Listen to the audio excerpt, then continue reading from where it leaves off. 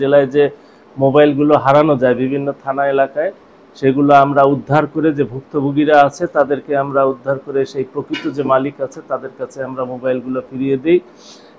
এবং আমাদের যে এই বিভিন্ন সময় যে সামাজিক যোগাযোগ মাধ্যম, বিশেষ করে ফেসবুক হ্যাকড হয় অনেকের, সেই হ্যাকড হওয়া ফেসবুকগুলোও আমরা উদ্ধার করে আমরা যে প্রকৃত মালিক আছে তাদেরকে আমরা বুঝিয়ে দিই।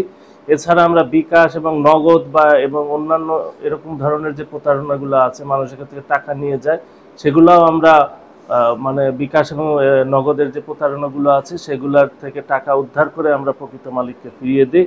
তো এই পর্যায়ে আমরা এটা ধারাবাহিক কাজ আমাদের, আমরা ধারাবাহিকভাবে এগুলো উদ্ধার করছি এবং প্রকৃত মালিককে বুঝিয়ে দিচ্ছি। তারই ধারাবাহিকতায় আজকে আমরা 25টি হারানো মোবাইল, আমাদের সদর থানার 6টি, ইন্দুরকানীর 2টি, মঠবাড়িয়ার 4টি, নাজিরপুর থানার 10টি এবং কাউখালী থানার 3টি, এই মোবাইলগুলো উদ্ধার করে আজকে আমরা আপনারা দেখছেন এখানে মালিক যারা আছে প্রকৃত মালিকদের আমরা বুঝিয়ে দেব।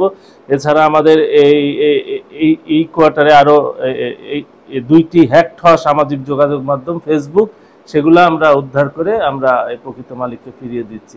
এই ধরনের কার্যক্রম আমাদের অব্যাহত থাকবে এবং আমরা সবাইকে বলবো, পিরোজপুরবাসী এবং সারা বাংলাদেশে যারা আছে তাদেরকে বলবো, আপনারা যদি এই ধরনের কোনো প্রতারণার শিকার হন বা আপনার মোবাইল হারিয়ে যায়, আপনারা অবশ্যই থানায় জিডি করবেন এবং আমাদেরকে জানাবেন।